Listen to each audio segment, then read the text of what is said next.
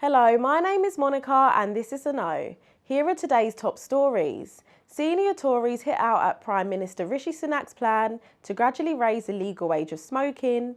Rust movie armourer is sentenced for involuntary manslaughter. And Israeli Chief of Staff says they will respond to Iran's strike. Keep watching to find out more.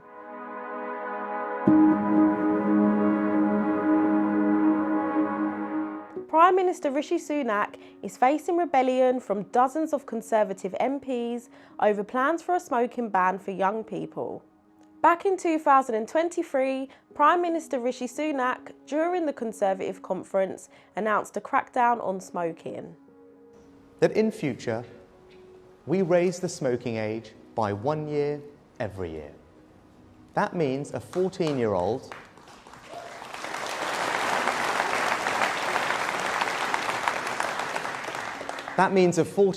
today will never legally be sold a cigarette, and that they and their generation can grow up smoke-free. 1 in 5 children have used vapes. We must act before it becomes endemic, so we will also bring forward measures to restrict the availability of vapes to our children. The rebellion is supported by senior Tory MPs and former Prime Ministers Liz Truss, who has called the bill unconservative, and Boris Johnson branding the policy nuts. Conservative MPs have been given a free vote on the legislation, and many are expected to voice opposition during its first debate in the House of Commons on Tuesday. Ex-Cabinet Minister Simon Clarke on the proposed plans to ban smoking for young people said, "We all agree smoking is a very bad thing and no young person ought to start, but there are good ways and then there are bad ways. I think an outright ban risks being counterproductive. I think it actually risks making smoking cooler. It certainly risks creating a black market." In 2019, it was estimated that 74,600 deaths in the UK were related to smoking. Treating smoking-related illnesses costs NHS England approximately £2.6 billion per year. Rust armourer Hannah Gutierrez-Reid has been sentenced to 18 months in prison for the involuntary manslaughter of the movie's executive Helena Hutchins in 2021. Miss Hutchins was the cinematographer for the movie. She died after handing over a gun to actor Alec Baldwin, which discharged live rounds, fatally shooting her. Hannah was charged and found guilty of involuntary manslaughter after prosecutors argued in court that she failed in her obligation as an armourer to maintain a safe working environment. The defence argued that Hannah was being made a scapegoat for the failures of the management and pointed fingers at Mr. Baldwin, saying, "Hannah could not anticipate what Baldwin would do. It was not in the script, it was not foreseeable. Management was responsible for safety failures and not Hannah."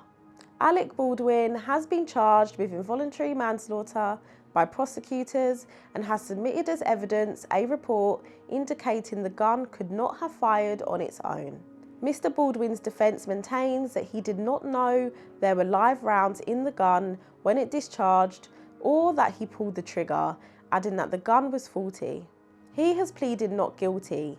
He is set to face trial in July, where if found guilty, he could be imprisoned for a maximum of 18 months. And finally, on Monday night, Israel's Chief of Staff, Herzi Halevi, spoke for the first time since Iran's attack on Israeli soil.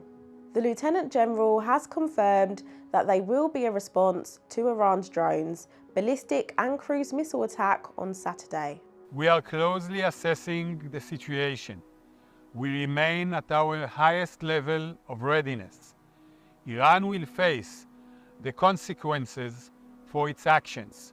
We will choose our response accordingly. The IDF remains ready to counter any threat from Iran and its terror proxies as we continue our mission to defend the State of Israel." Western leaders were quick to denounce the attack from Iran, including Prime Minister Rishi Sunak, who announced that the RAF was part of the coalition that brought down the drones aimed at Israel. The RAF sent additional planes to the region as part of our existing operations to counter Daesh in Iraq and Syria. I can confirm that our planes did shoot down a number of Iranian attack drones, and I want to pay tribute to the bravery and professionalism of our pilots flying into the face of danger to protect civilians. Iran's attack came as a retaliation to the airstrike on their consulate in Damascus on 1st of April, which they blamed on Israel. The airstrike led to the death of 7 members of the elite Iranian Revolutionary Guards Corps, including 2 generals. Israel has chosen not to make any comment over the airstrike on the consulate, but is widely believed to be behind the attack. In the latest development in the region since the attack, it has been reported that the International Atomic Energy Agency instructed their inspectors in Iran to stay at home Monday over fears of a reprisal from Israel. Iran had shut its nuclear facilities on Sunday over fears of an attack from Israel and reopened on Monday. However, the Director General of the agency, as a precaution, asked inspectors to stay at home and start operation on Tuesday.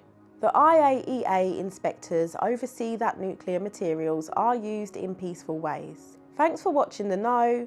Don't forget to like, comment and subscribe to The Mirror for more daily news updates.